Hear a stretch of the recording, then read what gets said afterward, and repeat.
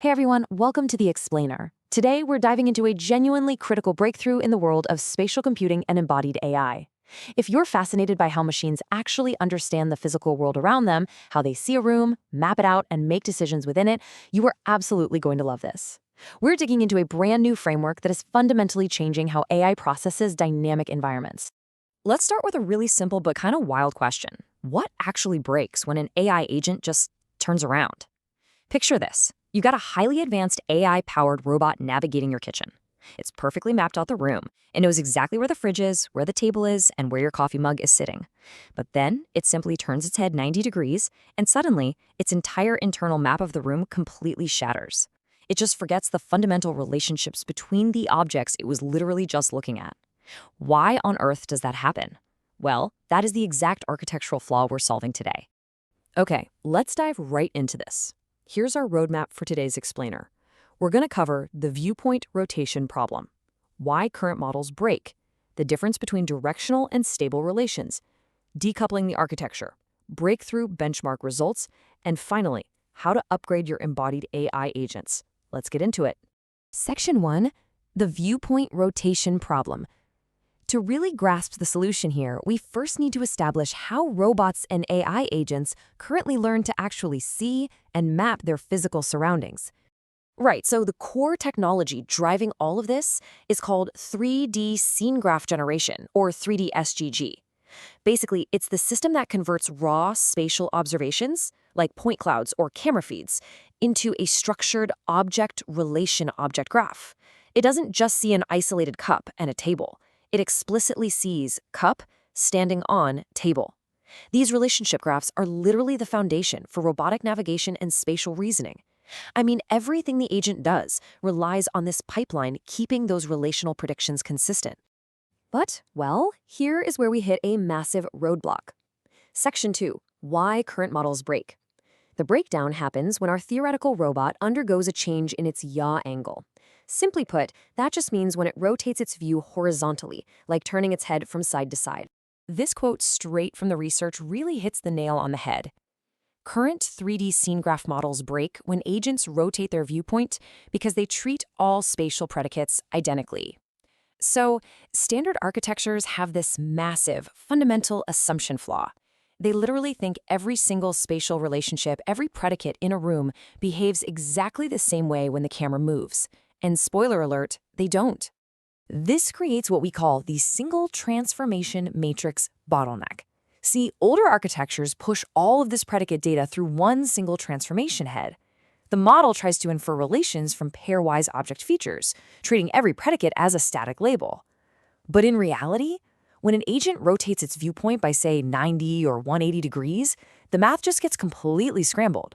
Because the model applies a single transformation matrix to all the relation heads, the directional predictions start to drift or flip incorrectly, while the stable predictions get unnecessarily messed up by the rotation logic. Which brings us to Section 3, directional versus stable relations. It's a pretty simple concept, really. The researchers call it predicate-level transformation heterogeneity, which is just a very fancy way of saying not all relationships are affected by rotation in the exact same way. Now, what's really interesting here is how everyday reality illustrates this difference perfectly. Think about it. We have directional cues like left, front, right, and behind. If a robot is looking at a fridge, the stove might be on its left. But if the robot turns around 180 degrees, that stove is now on its right. Directional cues absolutely must transform when the observation frame changes. But then look at stable cues like standing on or attached to. A cup that's standing on a table is still standing on the table no matter where the robot is standing or looking from. These are physical semantics that have to remain invariant. The single matrix bottleneck failed simply because it couldn't tell the difference between relations that should rotate and relations that should stay completely fixed. To fix this exact structural mismatch, researchers introduced a major software update. Section 4, decoupling the architecture. This introduces the Transformation-Aware Decoupling Framework, or TAD. The TAD methodology works in 3 really elegant steps. Step 1 is viewpoint-stable objects. Before even calculating relationships, the system uses a rotation-stable object encoder to make sure the base representations of the objects themselves don't degrade when the camera turns. Step 2, decoupled relation branches. This is the absolute core innovation. Instead of one entangled mess, TAD physically splits the pipeline into two parallel, non-shared branches. One branch exclusively handles the invariant, physical connections. The other branch exclusively handles the direction-sensitive relative positioning. And finally, step 3 is unified prediction, where after processing independently, those two factors merge back together into a standard multi-label prediction head. To actually enforce the separation, TAD relies on two specific training mechanisms. First up, transformation-specific descriptors. Each branch gets distinct feature encodings tailored to its specific transformation group, which completely prevents feature bleed between directional and stable relations. Second, group-aware auxiliary supervision. During training, the model gets explicit guidance to keep the branches focused on their specific predicate types. It basically forces the network to learn complementary cues. And honestly, the best part? By structurally isolating this logic, TAD totally bypasses the need to implicitly learn rotation rules through massive, computationally expensive, rotation-augmented datasets. But hey, theory is just theory, until we test it, right? Section 5. Breakthrough benchmark results. Let's look at the hard data from the standard evaluation suite, the 3D SSG benchmark, to see how this decoupled architecture translates to real-world robustness. So, the crucial point is the single microscopic number, 1.5. When subjected to a highly challenging 90-degree axis exchange, meaning the agent turns a sharp 90 degrees, the TAD framework reduces the overall recall drop at 50 to just 1.5 points. It basically maintains total stability. And this brilliantly illustrates just how far ahead TAD really is. Older joint prediction models like VLS-SOT and OCRL suffered massive 11-plus point failures during that exact same 90-degree viewpoint shift. VLS-SOT dropped by 11.7 points. OCRL dropped by 12.1 points. TAD drops by only 1.5. And remember, TAD pulls off this state-of-the-art robustness without even using training time rotation augmentation, all while maintaining competitive baseline accuracy. Directional predicates rotate correctly, and stable predicates stay anchored. It absolutely proves this was never a noise problem in the data. It was literally an architectural problem all along. So what does this actually mean for the future of the industry? Section 6. Upgrading embodied AI agents.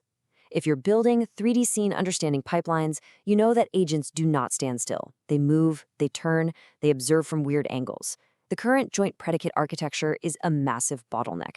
So if you're an AI developer or a robotics engineer watching this, here's your highly actionable checklist for integrating this transformation-aware logic into your own pipelines. First, audit your current predicate vocabulary. Second, split it into directional groups and stable groups. Third, replace your single head classifiers. Modify your relation module to route features through separate dual branches before merging them back together. And finally, measure your directional predicate accuracy at 90, 180, and 270-degree yaw offsets. The big takeaway here, explicit architectural separation is vastly superior to random data augmentation. You don't need heavier data, you just need smarter architecture. Which leaves us with this final provocative question. If we can fundamentally fix how AI understands rotation, if we can ensure a robot's mental map never shatters just because it turns its head, how much faster will the next generation of robots learn to dynamically navigate our chaotic, constantly moving world? The TAD framework proves that by teaching AI the difference between what changes and what stays the same, we unlock a whole new level of spatial intelligence. Thank you so much for joining me on this deep dive explainer today, and keep exploring.